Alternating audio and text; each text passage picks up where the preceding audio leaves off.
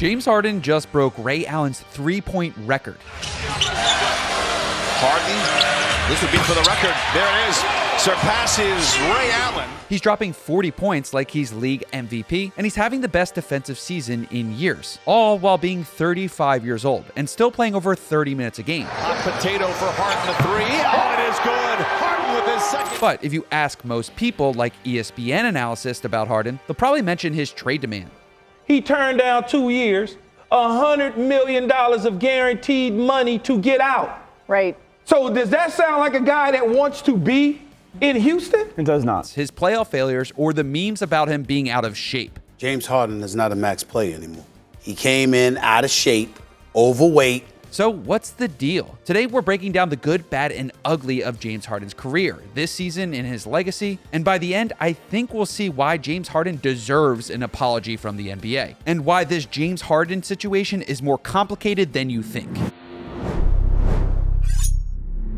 Let's start with what James Harden has done right this season and throughout his career. It's easy to forget how incredible he's been, especially when you dig into his numbers and narratives. At 35 years old, James Harden is one of the most productive guards in the NBA. He's averaging approximately 22 points, 8 assists, and 6 rebounds per game, while playing over 33 minutes a night. What makes this even more impressive is his durability. Harden has played over 1,000 career games, logging over 37,000 minutes, putting him in the top 50 all-time for minutes played. This is a player who, for much of his career, has been on the court consistently, while other stars like his running mate Kawhi Leonard or Joel Embiid this year have frequently been sidelined. Remember, Harden is often criticized for his conditioning, with accusations about his weight or his fitness following him throughout his career. But the reality is his availability and his ability to log heavy minutes year after year paints a very different story than what we see in the NBA media. While most of his peers, like Kawhi Leonard, have struggled to stay healthy and play consistently, Harden has been out there almost every night. Then there's his defensive improvement this season. For years, Harden's defense was a punchline. I mean, this guy's got more infamous moments of laziness on the defensive end than anyone I know of.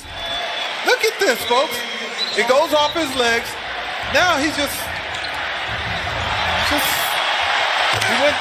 dormant thinking-wise out there. But this season, Harden has turned things around. His defensive rating of 108 is the best he's posted since 2020, and it's above league average. This isn't just a one-off number. It reflects a genuine improvement in his effort and his focus on that end of the floor. Harden himself acknowledged this, saying, quote, "The effort has to be there for me, and this year, the effort is there." Now, while I totally agree he'll never be an elite on-ball or off-ball defender, the improvement shows that Harden is willing to put in the work to address one of the biggest criticisms of his game. Then there's his player efficiency and advanced metrics. Among all starting shooting guards this season, he's ranked 5 in the NBA, behind only Devin Booker and Ty Jerome. This places him ahead of some of the biggest stars in the NBA like Anthony Edwards, Donovan Mitchell, and Jaylen Brown. At 35 years old, this kind of PER efficiency is remarkable. It's a testament to his ability to adapt his game and remain productive even as his athleticism declines. Then there's that historical impact. Harden recently surpassed Ray Allen for the second all-time in three-pointers made.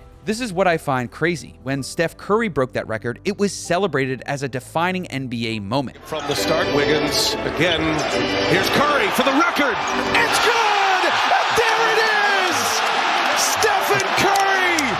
But Harden's milestone? It barely made headlines. What makes this even more frustrating for fans like me is how much Harden actually influenced the game, especially if you ask the players. He revolutionized the step-back three, a move that's now a staple for players like Luka Doncic and Trae Young. Harden's ability to create space and score from deep changed how the game is played today. Yet, he rarely gets the credit he deserves for this innovation. Like, whether it's good or bad, viewership is dropping because the NBA is shooting so many threes. But it's not all good news. James Harden's game, particularly this season, isn't without its flaws. Father Time has definitely started to catch up with him, and it's showing in some key areas. Specifically, his turnovers and efficiency declined. Harden is averaging nearly 5 turnovers per game. This is the highest turnover rate he's posted in years. In his MVP season, he had a similar turnover rate, but that was more forgivable because he was scoring 36 points per game and dishing out nearly 10 assists. But now, the mistakes are just harder to justify. James Harden's usage rate this season is at 30%, with a turnover rate of nearly 20%. To put that in perspective, Luka Doncic has a similar usage rate of 32%, but a significantly lower turnover usage rate of 12%. Meanwhile, Luka's also averaging nearly 29 points, 8 rebounds, and 8 assists on more efficient shooting from the field. Harden's decline in shooting efficiency is also another concern. His three-point percentage is below league average, and his two-point percentage is just 43%. This means he's struggling to hit from deep and finish at the rim.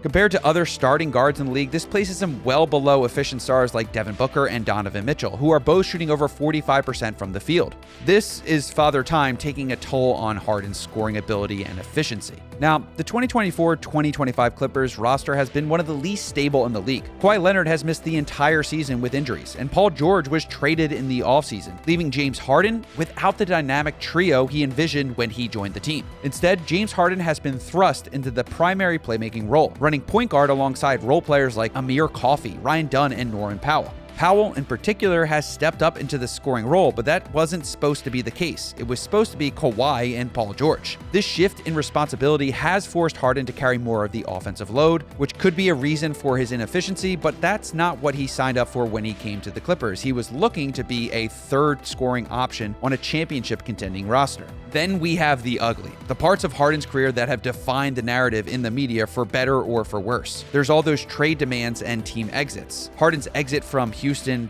Obviously, chemistry, talent-wise, just everything. And it was clear, like I said, these last few games. I love this city. I literally, have done everything that I can. I mean, this situation is crazy. It's something that I don't think can be fixed, so. Brooklyn and Philadelphia have left a stain on his reputation.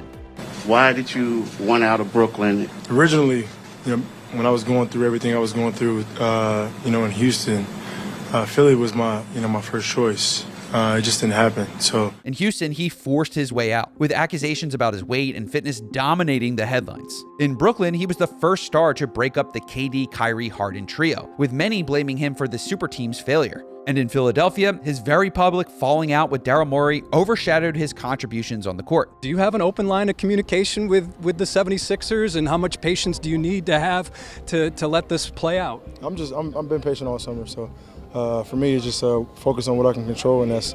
Too late to repair the relationship? I think so. Now, in hindsight, things are a little bit clearer. Houston was heading for a rebuild. The Brooklyn trio barely played together due to injuries and Kyrie's off-court issues with COVID-19. And in Philly, James Harden played pretty well. He averaged 10.7 assists in 2023, winning the assist title, and helping Joel Embiid win his first MVP. Not to mention, he sacrificed his salary, if you ask him, to help the team build a better roster, a move that was quickly forgotten when things fell apart. Yet, the most damning part of Harden's legacy is his playoff record, a mix of brilliance and heartbreak, particularly in the most recent years. I can remember the 2023 Eastern Conference semifinals like it was yesterday. Harden turned back the clock in Game 1, dropping 45 points on the Boston Celtics on their home court. Harden's got 45! Timeout, Boston!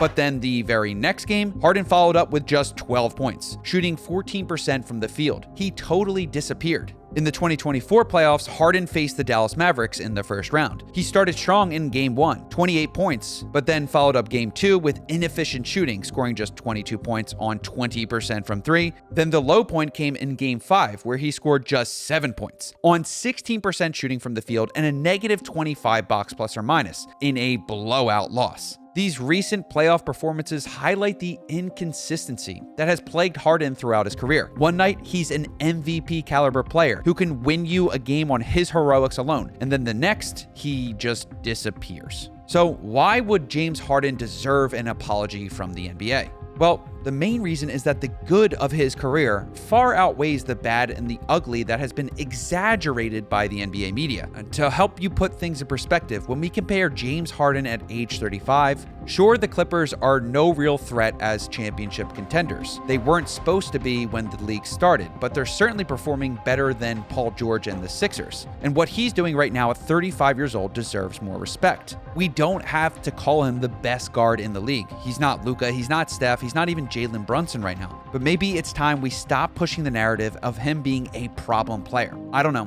What do you think? Let me know in the comments below if you think James Harden deserves more respect for his production this year and where you rank him all time. Is he one of the greatest three-point shooters ever? Is he capable of ever bringing home a championship? And do you believe James Harden when he says, I sacrificed my career to try to win a championship? Let me know in the comments below. Peace. Maybe let me just try to, put my pride to well, not even pride. Let me just try to sacrifice the money, the individual, all that. Let me just try to sacrifice and switch it up a little bit, and hopefully that'll work in my favor in the sense of trying to, win a championship. So that's when the Brooklyn situation happened. That was tricky.